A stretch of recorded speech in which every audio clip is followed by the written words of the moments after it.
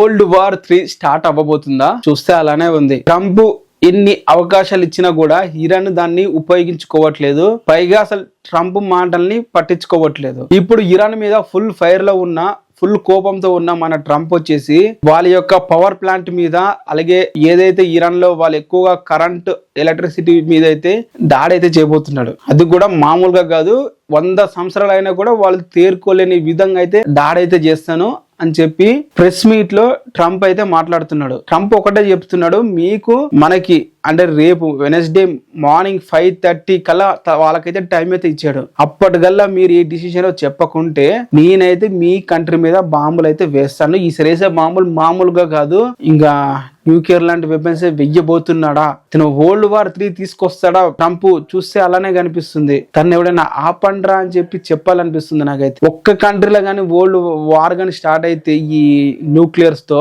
Finish, ఇంకా world మొత్తం ఎవ్వరు కూడా కంట్రోల్ చేయలేరు ఇంకా మనల్ని. ఎందుకంటే ఒక కంట్రీలో స్టార్ట్ అయితే దాన్ని చూసి ఇంకో కంట్రీ మీద వేసేస్తుంది. ఇంకా చైన్ సర్కిల్ గా తిరుగుతూనే ఉంటది. ప్రతి ఒక్కరు కూడా ఇక వార్ ఒకటే ఉద్దేశంగా ఉంటారు. కొంతమంది అప్పులు తీర్చలేక వేరే కంట్రీ మీద కావాలని దాడి అయితే చేస్తారు. ఆ కంట్రీ ఎవరో కాదు, పాకిస్తాన్, మనందరికి తెలిసింది. ఇప్పుడు దుబాయ్ వచ్చేసి వాళ్ళకి ఎవరైతే ఇచ్చారో అప్పులు తీర్చమని చెప్పి అడుగుతుంది పాకిస్తాన్ కి. ఇలాంటి టైంలో పాకిస్తాన్ ఏం చేస్తుంది, ఇండియా మీద దాడి చేస్తుంది. ఎందుకంటే వాళ్ళకి రావాల్సిన ఈ మన ఏవైతే ఉన్నాయో ఇల్లీగల్ గా బెట్టింగ్ యాప్స్ అవన్నీ బ్యాన్ చేపించాము. వాళ్ళకి ఏదైతే ఇన్కమ్ మన ఇండియా నుంచి వెళ్తుందో అవన్నీ కూడా బ్లాక్ చేశాం కాబట్టి వాళ్ళు మన ఇండియా మీద దాడి చేస్తారు. అక్కడ సౌత్ కొరియా మీద బాంబులు వేసేస్తుంది, జపాన్ మీద వేసేస్తుంది.